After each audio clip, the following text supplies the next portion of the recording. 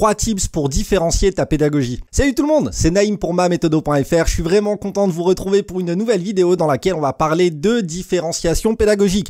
J'espère que la rentrée s'est bien passée, j'espère que vous avez pris vos marques, que vous prenez déjà du plaisir face à vos classes et que ça se passe très bien en ce début d'année, que vous avez pris le temps de découvrir vos élèves, de discuter avec eux, de communiquer, de vous imprégner de leur personnalité, etc. pour leur proposer des choses ludiques. Alors, avant de commencer, si vous voulez aller plus loin, n'hésitez pas, il y a plein de ressources en téléchargement, c'est offert. J'ai beaucoup travaillé là-dessus, vous avez une formation offerte complète de 1 heure. J'espère qu'elle vous plaira. Vous avez également un template pour créer une progression si ça n'est pas encore fait. Je vous conseille fortement de le faire. Et enfin, vous avez un mind map si vous souhaitez créer un cours inoubliable avec la vidéo correspondante. Tout ça est en lien.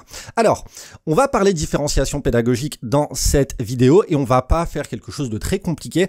Et je sais qu'il y a beaucoup d'appréhension sur le sujet. On a l'impression que pour faire de la différenciation pédagogique, il faut prendre un temps phénoménal, il faut, passer des heures sur nos ressources, etc., etc. Moi, je vais vous donner 3 tips simples à mettre en place, que tout le monde ici peut mettre en place très facilement, et vous verrez qu'en fait, ça n'est pas très compliqué. Comment je me suis rendu compte que faire de la différenciation pédagogique, c'était pas difficile? Et moi, je vais vous livrer un petit peu une anecdote. Je me fais inspecter un jour. Et je fais un cours comme d'habitude. D'ailleurs, je sais même pas si j'avais prévenu les élèves ou pas. Enfin bref, passons. Je fais un cours comme d'habitude, tout ça. Voilà, je mets les élèves au travail, etc. Il y a des trucs en groupe et tout, des rôles. Enfin bref, franchement, c'était vachement bien, un truc collaboratif, tout ça. Et l'entretien se passe très bien derrière tout ça. En plus, pour le coup, un super inspecteur. Ça va, j'ai toujours eu de la chance à ce niveau-là. Et puis ensuite, après l'entretien, donc il y a le rapport que je reçois. Et dans le rapport, je lis, nous sommes effectivement dans une logique de différenciation pédagogique où l'hétérogénéité des élèves est considérée comme une ressource et où l'enseignant crée des synergies entre grâce à cette hétérogénéité-là. Et là, je me dis, ah bon, j'ai fait ça en fait. Et du coup, j'avais pas forcément le recul. D'autant plus que, je vous le dis, moi, j'ai pas fait de sciences de l'éducation et ce genre de choses. Et je considère que c'est une force, mais passons. Et du coup, je me suis dit, ah, c'est donc ça, effectivement, la différenciation pédagogique. Et de ce fait-là, je me suis dit, mais tu fais ça un petit peu tout le temps et sans t'en rendre compte. Et vous verrez là, dès maintenant, que c'est pas compliqué de faire de la différenciation pédagogique, que bien évidemment, il faut pas faire un exercice par élève, bien évidemment, il faut pas faire un cours par élève. Quand on a des classes à 30 élèves, c'est absolument impossible, mais on peut tout de même différencier les choses de manière très simple. Alors moi, je vais vous donner 3 tips que vous pouvez mettre en pratique dès maintenant. Le premier tips, c'est l'adaptation au niveau des consignes. C'est-à-dire que peut-être que parmi vos élèves, certains vont avoir des difficultés de compréhension, notamment en français, ça peut arriver. Peut-être que certains vont avoir un vocabulaire scientifique plus pauvre. Peut-être que certains vont avoir des difficultés avec la compréhension des verbes d'action.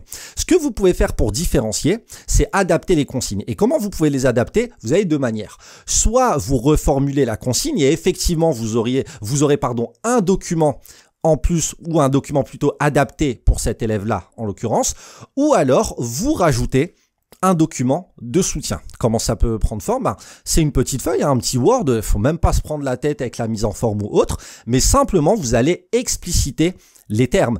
Bien évidemment, lors de la consigne, vous pouvez faire ce travail-là à l'oral, mais peut-être que l'élève en question aura compris sur le tas, mais une fois qu'il va revenir à la consigne, il y aura un petit peu des difficultés. Donc ce que vous faites, vous prenez une feuille toute simple, et soit vous explicitez les consignes, c'est-à-dire que vous détaillez, telle consigne, j'attends ça de toi, par exemple, ou alors tel verbe, ça veut dire ça, ou alors telle, notion, ça veut dire ça, essaye de te rappeler ça, etc., etc.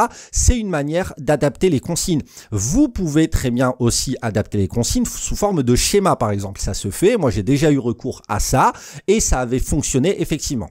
Le tout, c'est de ne pas discriminer l'élève, le tout, c'est de ne pas, lui faire ressentir que il a plus besoin d'aide que les autres et encore pire de le prendre à partie sur ça, mais simplement vous allez le voir et vous lui dites en fait j'ai pensé à vous parce que moi je vois mes élèves par exemple, j'ai pensé à vous, regardez, j'ai un petit document, dites-moi ce que vous en pensez à la fin de l'heure, comme ça vous me dites si ça vous plaît ou pas.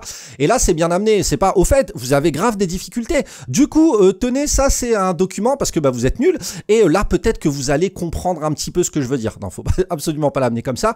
Et donc voilà comment vous pouvez faire, adapter la consigne, c'est-à-dire soit l'expliciter et aller de manière plus détaillée dans la consigne, soit définir les verbes ou soit même avoir recours à des schémas pour expliciter la consigne. Donc ça, c'est la première chose de différencier, la première manière, pardon, de différencier votre pédagogie. Simplement, la consigne, apporter un document ressource supplémentaire dans lequel vous allez expliciter. Et encore une fois, ça vous prend 30 secondes, quoi. C'est pas quelque chose qui doit vous prendre du temps. C'est-à-dire, voilà, vous avez fait votre cours, vous avez fait vos parties, etc. Vous avez votre stratégie. Ça prend quelques secondes d'expliciter des consignes sur un document prévu à cet effet. Ok ? Donc ça, c'est la première chose, adaptation des consignes. Deuxième chose, adaptation des documents.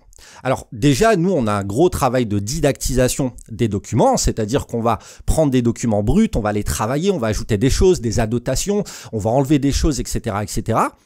Mais on peut très bien imaginer d'adapter un petit peu plus ce document pour un élève qui aurait voilà, des petites difficultés ou alors qui pourrait, comment dirais-je, avoir besoin d'une aide ponctuelle. Donc ce que vous allez faire, c'est que vous allez prendre votre document et vous allez dire, bon, là, en l'état actuel des choses, c'est peut-être un document qui est assez exigeant. Bon, le niveau général de la classe, je pense pas que ça va poser de soucis. En réalité, l'enjeu qu'on a, c'est avec les élèves en difficulté, en réalité. Et du coup, ce qu'on va faire, on va se poser la question, qu'est-ce que je pourrais adapter? Qu'est-ce que je pourrais enlever? Qu'est-ce que je pourrais modifier? Est-ce que je pourrais pas ajouter une note en bas de page, par exemple, pour l'aider un petit peu plus? Est-ce qu'il y a des tournures de phrases que je pourrais enlever ou alors reformuler? Et pareil, on fait ça avec un document.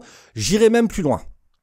Est-ce que je pourrais pas apporter un document support? Alors, si vous donnez du texte, redonner un texte de 14 lignes, ça va peut-être pas faire son effet. Mais moi, j'avais fait quelque chose, c'est que j'avais trouvé un super texte et il y avait une vidéo explicative. Et ben, ce que j'ai fait, c'est que j'ai demandé à l'élève de prendre un petit moment, de prendre son téléphone portable, d'aller, vraiment, je vous dis ce que j'ai fait, après c'est discutable ou pas, mais il est parti dans le couloir, je lui ai demandé de prendre son téléphone, je lui ai fait flasher le QR code, il a regardé la vidéo en aparté, parce qu'encore une fois, je voulais pas qu'il y ait du son dans la classe, etc., etc. Moi, j'étais dans le couloir et en même temps, je regardais la classe, que tout se passe bien, que, comment dirais-je, ça me permettait de faire mon évaluation formative également. Il a regardé la vidéo et du coup, après avoir regardé cette vidéo qui vulgarisait un petit peu plus le concept présenté dans les documents écrits, eh ben, il a pu mieux appréhender le document écrit. Et ça, c'est une manière de faire aussi. Je lui ai pas mis une vidéo de 40 minutes, ça a été très rapide. J'ai pris un QR code. Je l'ai mis sur un de mes documents, une de mes feuilles qui traînait, tout ça. Il l'a flashé, il a regardé la vidéo dans le couloir, ça a pris 3 minutes. À la fin, je lui ai demandé s'il avait effectivement compris ça. Il retourne en classe et il peut lire le document et il va pas forcément prendre plus de retard ou autre parce que effectivement, vu que la compréhension du document a été facilitée en amont, eh ben, il va gagner du temps et être plus efficient sur la compréhension du texte et sur les questions à traiter. Donc, deuxième manière de faire, c'est d'adapter le document. Pour ça, encore une fois, vous faites preuve de créativité, vous faites ce que vous voulez. Simplement, moi, voilà comment j'ai fait une fois, c'est que j'ai apporté un petit document support. Si vous voulez apporter une photo, un schéma, une petite carte heuristique, même si j'aime pas ce terme-là, mais un petit mind map ou autre, vous le faites. Mais voilà, une autre manière de faire, c'est de différencier, si je puis dire, le document. C'est-à-dire, soit je vais davantage le didactiser, soit je vais expliciter des phrases, soit je vais apporter un document support complémentaire, mais encore une fois, le but, c'est pas d'alourdir la compréhension du document. Troisième tips pour différencier sa pédagogie très simplement, c'est de compter sur un autre élève. C'est-à-dire de créer des synergies en classe et de se dire, j'ai des élèves ressources sur lesquels je vais pouvoir m'appuyer. Et effectivement, pour moi, il s'agit d'une différenciation. Pourquoi? Parce que on différencie l'aide apportée aux élèves et de ce fait-là, on adapte bien la pédagogie en fonction du profil des élèves. Et pour moi, avoir recours à un élève ponctuellement pour aider un autre à faire son exercice, c'est de la différenciation pédagogique. Et encore une fois, c'est discutable, mais je vous présente ma philosophie et je vous présente le retour que j'ai eu justement de cet inspecteur. Alors, comment ça se passe? Déjà, il faut avoir une fine connaissance de ses élèves. Il faut avoir une fine connaissance des forces de ses élèves, des compétences qu'ils ont développées, des facilités qu'ils ont. Et ce que vous allez faire, c'est que en début de cours ou alors une fois que l'amorce est faite ou alors même en les accueillant en classe, vous allez les prévenir. Au fait, un tel et une telle ou enfin bref, aujourd'hui vous bossez à deux. Ok, vous vous mettez à deux, vous inquiétez pas. Enfin voilà, je vous ai prévu une petite place. Aujourd'hui vous bossez à deux parce que j'ai prévu un truc pour vous. Et là, du coup, ça crée un petit peu de la surprise. Et c'est pas oui, un tel t'es nul, donc un tel va t'aider. C'est absolument pas comme ça. Au fait, vous avez créé un truc à deux, donc je vous en parle après, mais mettez-vous à deux s'il vous plaît. Bien évidemment, vous connaissez vos élèves, vous savez qu'il y a un bon relationnel entre les deux. Et bien évidemment, ce n'est pas que un élève qui va apporter à l'autre. L'autre aussi pourra apporter à l'élève mentor, si je puis dire. Simplement, c'est à vous d'être subtil. Et c'est à vous de parler de synergie plutôt que de parler d'aide ponctuelle. Et je vous promets que si vous connaissez bien vos élèves, bien évidemment que vous allez pouvoir créer une relation, une relation qui va favoriser la synergie et qui va permettre de développer des compétences des deux côtés. Et ça, il n'y a rien de plus beau. Et une fois qu'on a fait ça, franchement, on se rend compte que nos élèves, même s'il y a une difficulté particulière, dans d'autres domaines, ils sont forcément bons.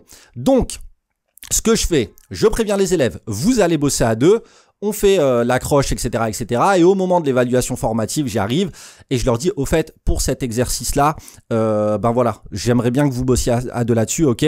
Simplement, un tel, je sais que vous avez des facilités dans la compréhension des consignes. Un tel, vous avez facilité dans la manière dont vous exprimez votre pensée, par exemple. Et donc, j'ai envie que vous créez quelque chose à deux. Et là, quelque part, même si il y en a qu'un sur les deux qui est meilleur que l'autre et dans la compréhension et dans la formulation, au moins vous stigmatisez pas et au moins vous mettez les élèves en confiance. Et en les mettant en confiance, même si cet élève-là a des difficultés, il va donner le meilleur de lui-même pour justement développer des compétences et pallier ses manques. Donc on récapitule s'il vous plaît pour ces 3 tips que tout le monde peut mettre en place. Premier tips, j'adapte la consigne. Deuxième tips, je didactise ou j'adapte le document. Et troisième tips, j'ai recours à un élève pour créer des synergies de développement de compétences. J'espère que cette vidéo vous a plu, mais surtout j'espère qu'elle vous a réconcilié avec la différenciation pédagogique. Là, je vous ai donné que 3 tips, il y en a des milliards, il y en a autant que la créativité nous permet d'en créer. Donc ça, encore une fois, c'est à vous, mais simplement arrêtez de croire que la différenciation pédagogique, c'est de faire 30 cours pour 30 élèves, c'est de pas dormir, etc., etc. Ce n'est pas ça du tout, ça peut être très facile à faire, ça peut être très simple et surtout, et c'est le plus important, ça peut véritablement changer la donne pour les élèves, pour l'ambiance de classe et pour le développement des compétences et pour la confiance en soi. J'espère que cette vidéo vous a plu. Si elle vous a plu, un petit pouce bleu, un petit commentaire. Et franchement, il y a de plus en plus de bienveillance sur la chaîne et ça fait vachement plaisir. Chacun de vos retours me touche et j'essaye de répondre à chacun des commentaires. Donc du fond du cœur, merci. N'hésitez pas à vous abonner, à partager ça à qui vous souhaitez et surtout aux collègues que ça peut aider. Prenez soin de vous. Encore une fois, il y a les liens dans la vidéo si vous voulez aller plus loin. Et puis, je vous souhaite une excellente journée. Merci pour votre visionnage et à bientôt. Salut tout le monde!